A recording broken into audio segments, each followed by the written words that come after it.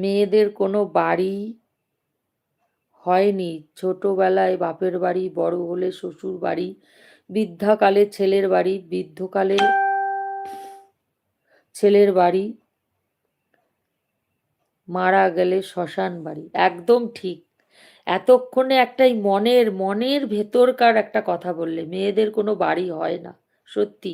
কিন্তু তবে আমার ইচ্ছে আছে, জীবনে আমার ইচ্ছে আছে, জানি না ভগবান এই মা লক্ষ্মী পূরণ করবে কিনা, যে আমি নিজের একটা বাড়ি বানাবো, নিজের। সেটা জানি না কিভাবে, ইচ্ছা আছে। আদৌ কোনোদিন স্বপ্ন পূরণ হবে? দিদিভাই ইন্ডিয়া ভি গিয়েছি, গেছি দিদিভাই, কলকাতায় গিয়েছি।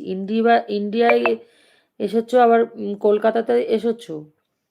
এখন আমাদের এখন অফিস ছুটি। আচ্ছা, মেয়েদের কোনো বাড়ি হয়নি, এবার ইউটিউব থেকে টাকা কামিয়ে বিল্ডিং বানাবো। ঠিক আছে আশিস দাদা ভাই, এটা মনে রেখো। একদম দিদিভাই, আমি আছি। সত্যি বলছি, আমরা মেয়েরা সব একজোট হব।